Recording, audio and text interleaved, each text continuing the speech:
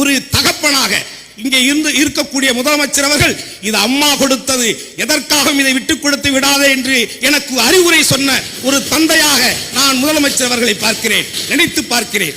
ஒட்டுமொத்த தமிழக மக்களுக்கு இதை பற்றி இருக்கக்கூடிய சிறு சிறு ஐயப்பாடுகளை விலக்கி எறிந்து துடைத்து எறிந்து ஒரு உன்னதமான மகத்துவமான எதிர்கால தமிழ் சமூகத்தையும் எதிர்கால விவசாயத்தையும் பாதுகாக்கக்கூடிய அரசு புரட்சி தலைவி அம்மாவுடைய அரசுதான் என்பதை மீண்டும் எடப்பாடி அவர்கள் மூலமாக நிரூபணம் செய்தமைக்காக நான் சார்ந்த என் முக்குளத்தோர் புலிப்படை சார்பாகவும் ஒட்டுமொத்த தமிழக விவசாய பெருங்குடி மக்கள் சார்பாகவும் மனமாக வாழ்த்தி விடைபெறுகிறேன். தேவர் தந்த தேவராம் மூக்கையா தேவரை போல் கலைஞர் தந்த கலைஞராம் இரண்டாம் கலைஞராம் அண்ணன் மு.க. ஸ்டாலின் அவர்களுக்கு முக்குளத்தோர் புலிப்படையின் சார்பாக மனப்பூர்வமான வாழ்த்துக்களை தெரிவித்துக் கொள்வதிலே நான் பெருமை அடைகிறேன். மும்மொழி கொள்கை தாக்குதலை எதிர்கொண்டு இன்றைக்கு எந்த ரூபத்திலும் ஒன்றிய பாசிச அரசு செயல்படுத்த துடிக்கின்ற எந்த ஒரு தீங்கான செயல்பாட்டுகளையும் செயல் திட்டங்களையும் ஒருபோதும் நான் அனுமதிக்க மாட்டேன் என்கின்ற உறுதி கொள்கையிலே அண்ணாவின் இருமொழி கொள்கையை மட்டும்தான் தமிழகத்திலே